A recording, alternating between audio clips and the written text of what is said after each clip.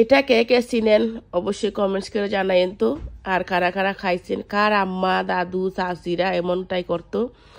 তো আগে যখন হচ্ছে আরো 10 বছর 5 বছর আগে যখন হচ্ছে ফ্রিজ ছিল না, তখন হচ্ছে মাংসকে এভাবে শুটকি দিয়ে রাখতো, ওখানে কুরবানির মাংস। এখনো হচ্ছে অনেকেই করে, কিন্তু আগের মতো আর তো কেউ করে না। আমার আম্মা হচ্ছে সবসময় এখনো পর্যন্ত, আল্লাহ বিলাই দেখেন কি করে ডিস্টার্ব করতেছে।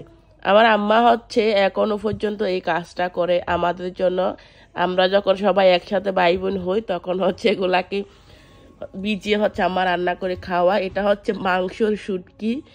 তো আমি হচ্ছে অনেক দিন থেকে তো আসি দূরে আম্মার কাছ থেকে, যখনে যাই কিন্তু খাই।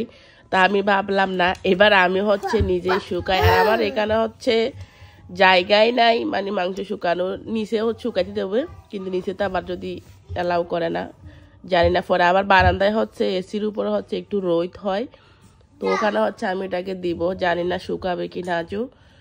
তো এটা হচ্ছে আগে সবাই করতো, আজকাল তো মানুষই করে না। আজকাল আগে যখন ফ্রিজ ছিল না, আমার আম্মা তারা অনেকগুলা মাংস হচ্ছে পাতিলে সিদ্ধ করে রাখতো, আর হচ্ছে এভাবে সিদ্ধ মাংসগুলাকেই হচ্ছে রোদে দিয়ে শুটকি করতো। এটা কিন্তু খেতে অনেক বেশি মজা হয়। আর আমিও হচ্ছে এখানে বেশি নিই না, অল্প কয়েক টুকরা নিছি, আর হচ্ছে হলুদ আর সব জাতীয় মশলা দিয়েই ভালোভাবে সিদ্ধ করে নিছি। আর সকিনাকে বলছিলাম তুই যে সময় সিরবি আমাকে একটু ডাক দিবি, কিন্তু আর ডাকে নাই, এভাবে করে রাখছে। এটাকে হচ্ছে এখন মেলতে দেবো। আর বিলাই দেখেন তা করিয়া ছায়া রয়েছে, জানি ও খাবে। আর এরকম কে কে করতো জানাবেন, কাদের আম্মু। আমার আম্মু কিন্তু এখনো করে। আর আমরা কি করতাম, যে সময় একটু শুকাইতো লইয়া লইয়া খেয়ে শেষ করে ফেলতাম।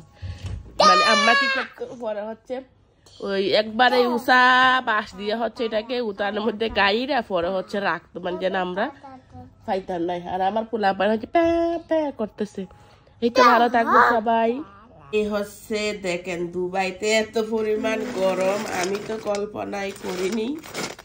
মানে কি বারান্দার মধ্যে হচ্ছে একদিনে অত পরিমাণ শুটকি, মানে কি মাংসটা শুটকি হয়ে যাবে।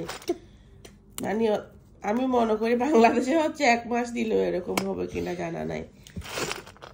কত পরিমাণ শক্ত হয়েছে একদিনে। আমি হচ্ছে কালকে রাত্রে দিছিলাম, আর এখন হচ্ছে আজকে বিকালে হচ্ছে এটা নামাই। আর এখানে হচ্ছে অল্প দিছিলাম, আরো বেশি দিছিলাম কয়েকটা, হয়তো মনে হয় বিলাই এসির উপর উঠতে। এটা হচ্ছে আবার আমি অর্ধেক ফেলে দিছি।